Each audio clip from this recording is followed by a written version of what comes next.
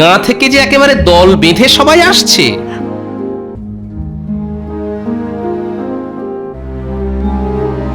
ব্যাপার খুবই গুরুতর গোপাল দাদা। মন্ত্রী মশাই জোর করে আমাদের যা আছে সব কেড়ে নিয়েছে। টাকা পয়সা, গয়নাঘাটি, এমনকি এমনকি ওই জমির দলিলও ছাড়ছেন না। ঠিক যা ভেবেছিলাম তাই। বেচারা প্রজাদের জবাই করে মন্ত্রী বেটা কামাই করতে শুরু করেছে। আর আর যাদের কিছুই দেওয়ার মুরত নেই তাদের মহারাজের কাছে গিয়ে দরবার করতে বলেছেন। তুমি কিছু একটা করো গোপাল দাদা।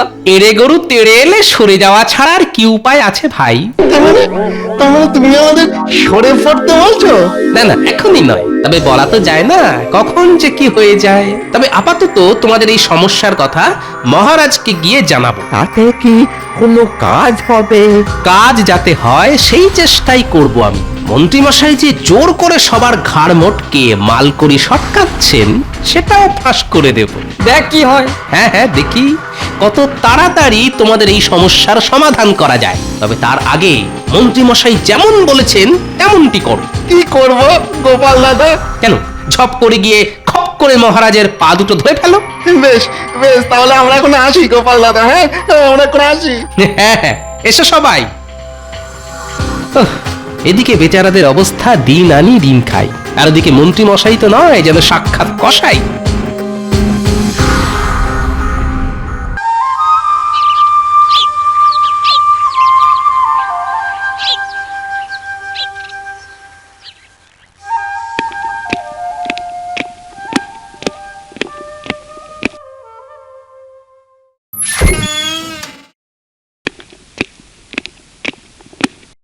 হ্যাঁ, সর্বনাশ!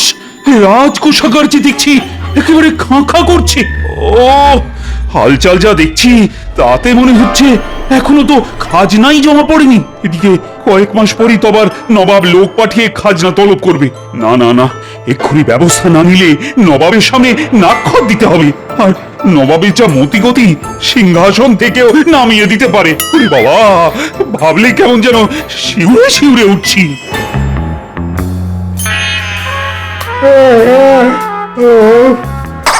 এই জানি বাবা, আর কতক্ষণ এরকম ঘাড় গুঁজে বসে থাকতে হবে? করলেই তো অকাজ করবেন, তার থেকে চুপচাপ বসে আছেন এটাই ভালো হচ্ছে নাকি? আর তুমি কি কাজের বেলা কাজী, আর কাজ ফুরলেই পাজি। আই, একে তাকে পাজি বলার আগে নিজে কি সেটা ভেবে দেখেছো? এই তো আপনি এসে গেছেন মহারাজ। আসবো না তো কি, ওই ভোঁ কোষাগারে বসে ধুনো দেব আর আরতি করব। ঠিকই তো, এসব কি আর আপনার কাজ মহারাজ? একে মনে হচ্ছে মহারাজ মেজাজের একেবারে 14টা বাজিয়েই এসেছেন, তার উপর আবার গোপাল ফোড়ন কাটছে। ফোড়ন ছড়িয়েই তো রন্ধনকে সুস্বাদু করে পরিবেশন করে গোপাল। ওদিকে রাজ সিন্ধুকের অবস্থা বেহাল, আর এদিকে মজলিস হচ্ছে। ওই ব্যাপারটা আপনি আমার ওপর ছেড়ে দিন মহারাজ।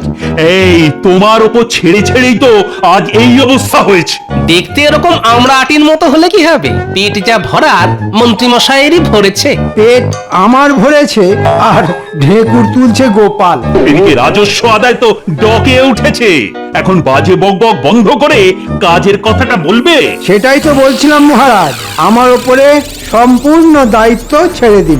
আপনি শুধু দেখবেন সবার কাছ থেকে আমি কিভাবে পয়সা আদায় করি। তবে দেখবেন মন্ত্রী মশাই, আপনার খপ্পরে পড়ে যেন বেচারা প্রজাদের প্রাণটা ছপ করে চলে না যায়। এই, তুমি কি বলতে চাইছো বলো তো গোপাল?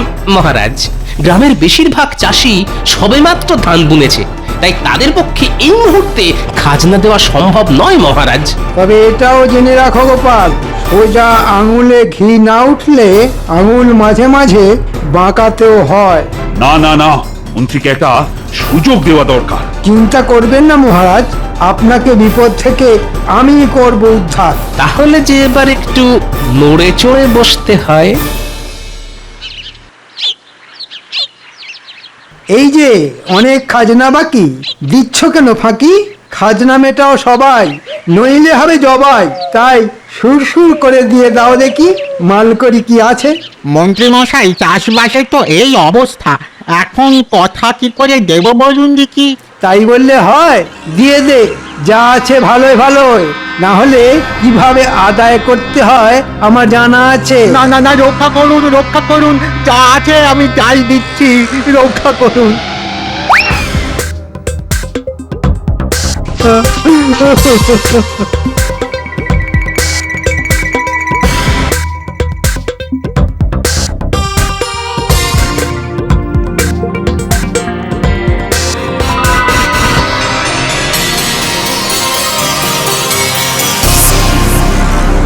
এই যে বেশ তো রসে বসে আছো, ওদিকে মহারাজের খাজনা ভরার কি হবে? এই তো ধান বুনেছি, ফসল উঠলেই দিয়ে দেব। হ্যাঁ, এটা কি মগের মুল্লুক পেয়েছো যে যা খুশি করবে? না না, আমি থাকতে ওসব চলবে না। আমি আমি কথা দিচ্ছি মন্ত্রী মশাই, আমি কথা দিচ্ছি। কথা নয়, টাকা দাও। আরে হাঁ করে দেখছিস কি? যা ঘরে ঢুকে কে এনে।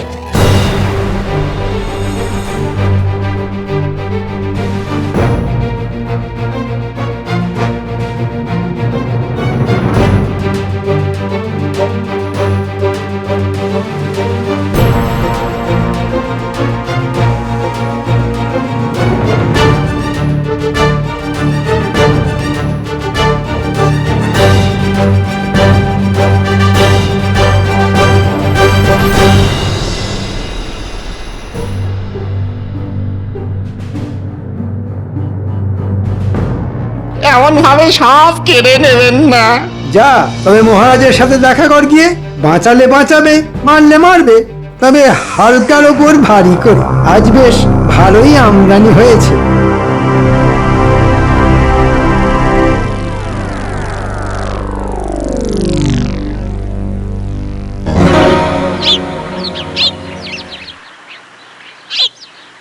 আমাদের সমস্যার কথা একজনই শুনবে। ঠিক বলেছিস, এখন এখন আমাদের ওই গোপাল দাদাই ভরসা। আমরা সবাই মিলে বললে গোপাল দাদা নিশ্চয়ই কিছু একটা উপায় বার করে দেবে। হয়তো গোপাল দাদা। চল চল চল, সব ভালো করে গিয়ে ওকে ধরি।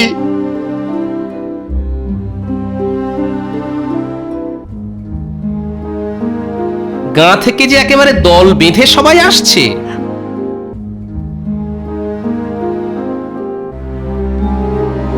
ব্যাপার খুবই গুরুতর গোপাল দাদা, মন্ত্রী মশাই জোর করে আমাদের যা আছে সব কেড়ে নিয়েছে। টাকা পয়সা, গয়নাঘাটি, এমনকি এমনকি ওই জমির দলিলও ছাড়ছেন না। ঠিক যা ভেবেছিলাম তাই, বেচারা প্রজাদের জবাই করে মন্ত্রী বেটা কামাই করতে শুরু করেছে। আর আর যাদের কিছুই দেওয়ার মুরত নেই, তাদের মহারাজের কাছে গিয়ে দরবার করতে বলেছেন। তুমি কিছু একটা করো গোপাল দাদা। এড়ে গরু তেড়ে এলে সরে যাওয়া ছাড়া আর কি উপায় আছে ভাই?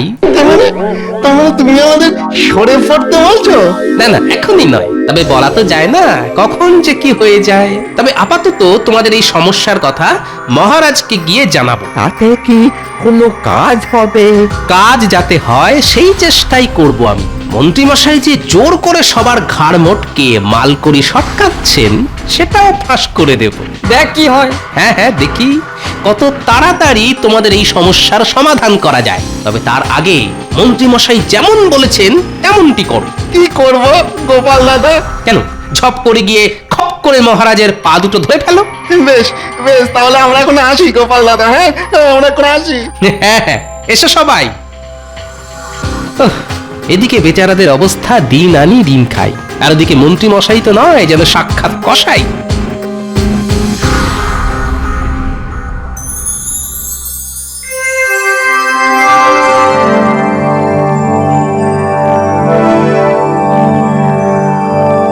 ওরে বাবা, মন্ত্রী এইসব করেছো কি? কেন মহারাজ, আমার যেমন কথা তেমনি কাজ। হ্যাঁ, আরে তাই তো দেখছি। পরে সিন্ধুক তো উপচে পড়ছে। পড়বেই তো মহারাজ, দিনে দিনে দেখুন আরো কত কি হয়। আবার কি হবে মন্ত্রী? এ তো সবে শুরু, এখনো তো পুরো পালা বাকি আছে। তার মানে আরো ধন দৌলত, আরো সোনা দানা। ঠিক ধরেছেন মহারাজ, কোষাগারের কোনা কোনা আমি সোনা দিয়ে মুড়ে দিতে চাই। উহ, কি কি বলছো কি মন্ত্রী? চালাও চালাও মন্ত্রী, যে করেই হোক আমার আরো টাকা চাই। চিন্তা করবেন না মহারাজ, আমি যখন একবার হাত লাগিয়েছি তখন প্রজাদের পাত আমি খালি করেই ছাড়বো। শোনো মন্ত্রী, শুধু কোষাগার নয়, আমি আমার গোটা রাজপ্রাসাদ সোনায় মুড়ে দিতে চাই। ধৈর্য ধরুন মহারাজ, হবে, সব হবে। কথাতেই তো আছে সবুরে নেওয়া ফলে।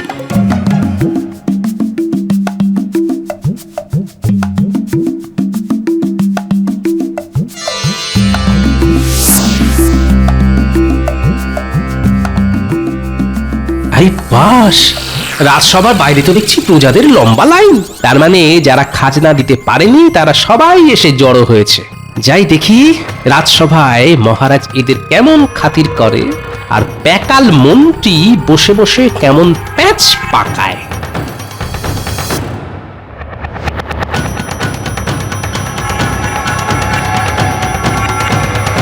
আরে সকাল থেকে যে দেখছি প্রজাদের ঢল নেমে গেছে। মহারাজ, আমরা তো সকলেই চাষবাস করে খাই, এখনই খাজনা দেবার পয়সা কোথায় পাবো মহারাজ? ভালো ফসল হলেই আমরা খাজনা ওই কড়াই ঘন্টায় সব শোধ করে দেব। শুনুন একবার, যেন একেবারে মামার বাড়ি আবদার। যা সামান্য কিছু জমানো আছে সেটাও যদি দিয়ে দিই তাহলে সংসার পরিবার নিয়ে যাবো কোথায়, আর খাবোই বা কি মহারাজ? না না না, ওদের অসুবিধের কথাও তো শোনা দরকার। কিন্তু প্রজাদের কথা শুনে মনে হচ্ছে ওরা বেশ কষ্টেই আছে। ও, ওদের কষ্টে যেন আপনার আর চোখে ঘুম আসছে না রাজপণ্ডিত। প্রজারা যেখানে খেতে পাচ্ছে না সেখানে সেখানে ঘুমানোর কথা আসছে কোথা থেকে মন্ত্রী মশাই? মন্ত্রী মশাই তো জানেন, কাজের মধ্যে দুই, খাই আর শুই। আমাদের কথা একটু ভাবুন মহারাজ। যা ভাবার আমার ভাবা হয়ে গেছে।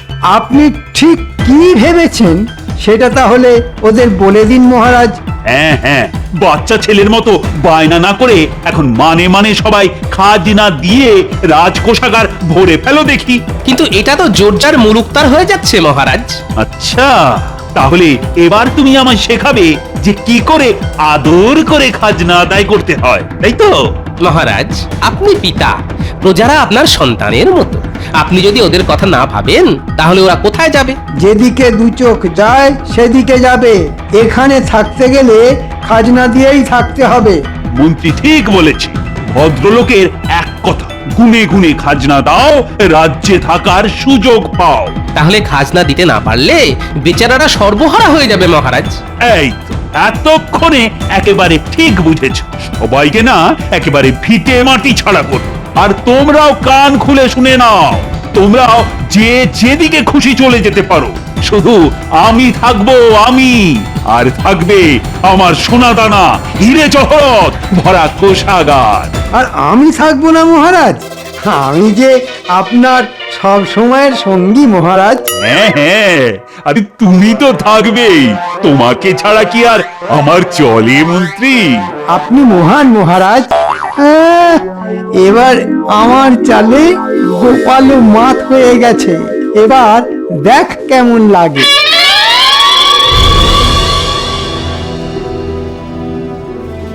আমার তো চিন্তা হচ্ছে এই ভেবে যে মহারাজ ক্রমশ স্বৈরাচারী হয়ে উঠছেন। প্রজাদের ভালোর কথা ভুলে গিয়ে মহারাজ তো মূর্খের স্বর্গে বাস করছেন। মন্ত্রী মশাই যেমন বোঝাচ্ছেন, মহারাজও তেমনিই বুঝছেন। ওই মন্ত্রী মশাইয়ের পাল্লায় পড়েই তো মহারাজ গোল্লায় গেলেন। মহারাজ লোভের বশে জ্ঞান শূন্য হয়ে সবাইকে রাজ্য থেকে তাড়িয়ে দিতে চাইছেন। প্রজাদের কাছ থেকে ওই জোর করে কেড়ে নিতে আমারও মন চাইছে না। মা, মহারাজের আবার হলো কি? আমি তো তখন থেকে বসে তাই ভাবছি। তাড়াতে আর কি বাকি রেখেছে সভাকবি? যা বলার তা তো মহারাজ মুখের উপর বলেই দিয়েছেন। পোষালে থাকো, না হলে আসো। প্রজারা প্রজারা দলে দলে রাজ্য ছেড়ে বেরিয়ে যাচ্ছে।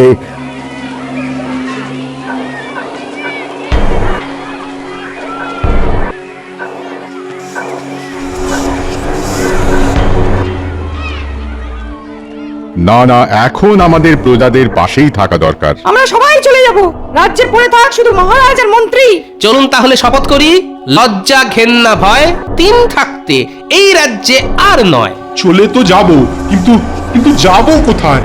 আর এইভাবে চলে গিয়ে কি মহারাজকে কোনো শিক্ষা দিতে পারবো? মহারাজ কি নিজের ভুল বুঝবেন? সে ব্যাপারটা আমার উপরেই ছেড়ে দিন রাজবৈদ্য। কাকে ধরে কি কাজ হয় সেটা আমি ভালোই জানি।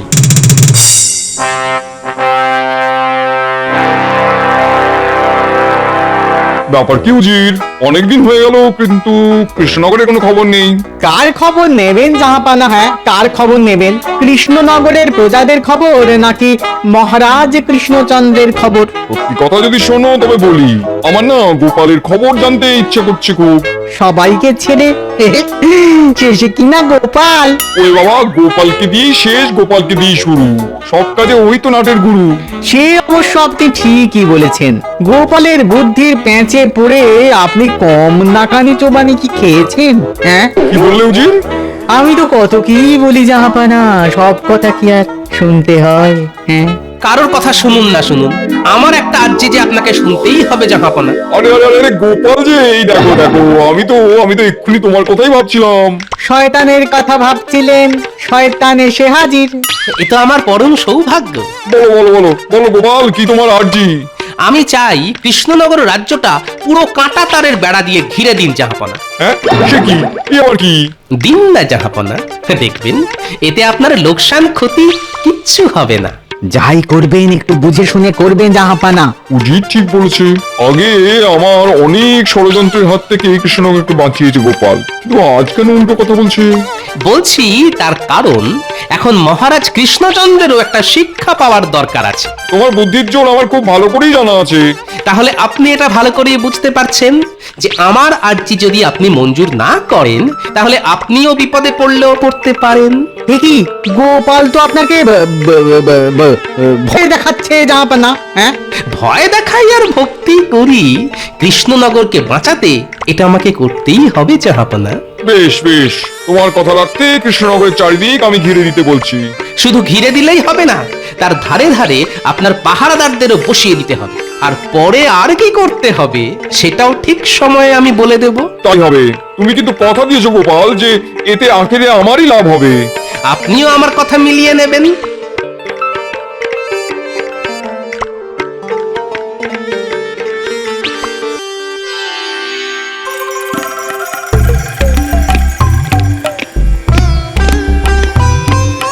আপনি তো দেখছি বেশ রসে বসেই আছেন মহারাজ।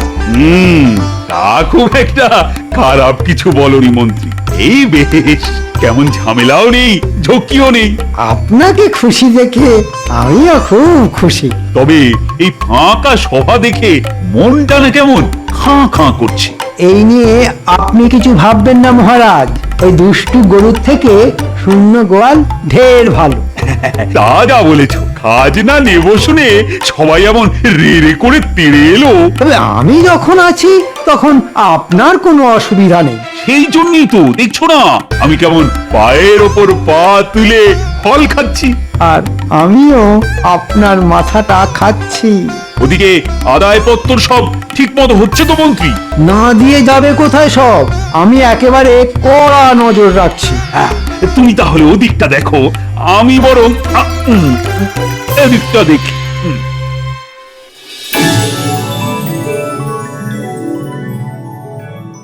না, আর এভাবে পায়ের ওপর পা তুলে বসে থাকতে ভালো লাগছে না।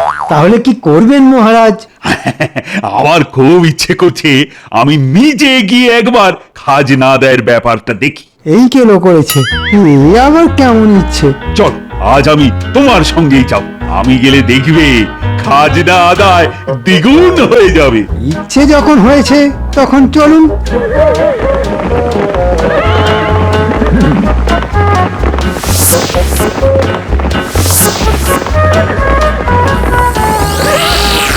এ কি মন্ত্রী, এ তো দেখছি লোটা কম্বল নিয়ে সবাই বাড়ি ছেড়ে চলে গেছে। হ্যাঁ, মানে তাই তো দেখছি মহারাজ। রাজ্যে সব দোকানপাটও তো দেখছি বন্ধ হয়ে গেছে। মনে হচ্ছে দোকানিরা যারা ছিল সবাই চলে গেছে। সর্বনাশ, এইভাবেই চললে যে রাজবাড়িতে খাবারের অভাব দেখা দেবে। খাজনা দেওয়ার ভয়ে সবাই সরে পড়েছে মহারাজ। সরে পড়েছে বললেই হলো? হয় সবাইকে ধরে নিয়ে এসো, না হলে বাইরে থেকে খাবার নিয়ে এসো। আরে কিছু একটা করো মন্ত্রী। দেখছি মহারাজ কি করা যায়, কিন্তু কি যে করি। এবার না আবার নতুন কোনো বিপদ হয়।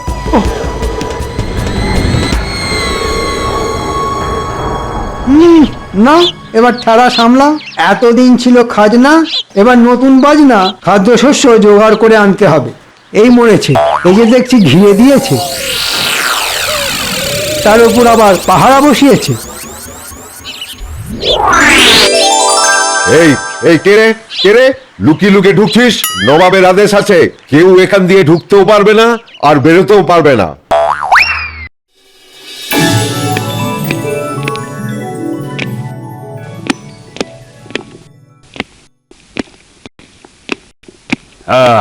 তা খবর কি মন্ত্রী? কি আর বলি মহারাজ, খুব একটা যে সুবিধা করা গেল না। কেন কেন, কি হয়েছেটা কি?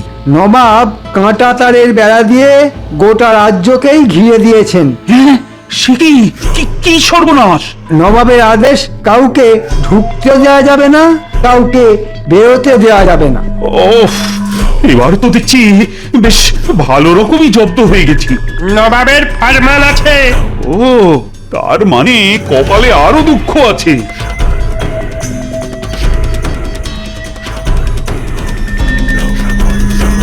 নবাবের আবার কি চাই মহারাজ? হ্যাঁ, শস্যের খাজনা বকেয়া রয়েছে, সেটা যেন 1 সপ্তাহের মধ্যে চলে আসে, নইলে নবাব গর্দান নেবে, তোমারও আর আমারও। এই যে বিনা মেঘে বজ্রপাত মহারাজ। এই সব কিছুর জন্য তুমি দায়ী।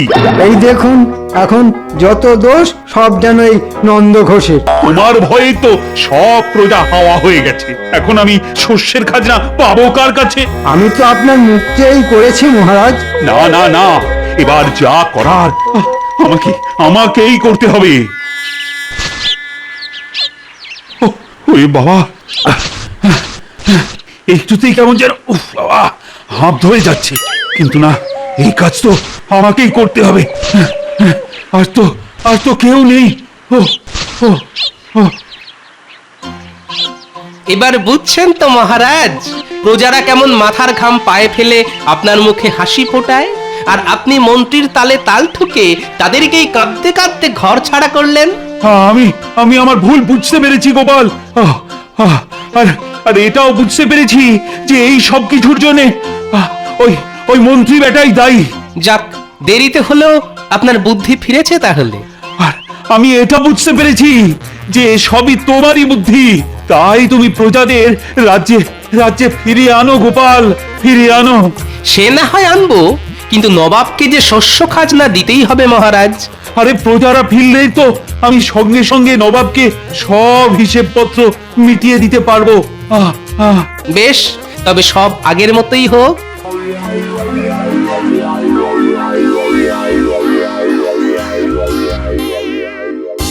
ওরে বাবা, ও আর পারছি না, এবার আমায় ছেড়ে দিন মহারাজ, এবার আমায় ছেড়ে দিন। কেটে কেটে যে পেটে দড়ি পড়ে গেল মহারাজ, এবার আমায় ছেড়ে দিন। এবার মন্ত্রী টের পাবে আমাকে বিপথে চালাতে গেলে কিরকম শাস্তি পেতে হয়। এতদিন পেটে খেয়েছেন, এবার একটু পিঠে শুয়ে নিন মন্ত্রী মশাই। জয় গোপাল ভাঁড়ের জয়।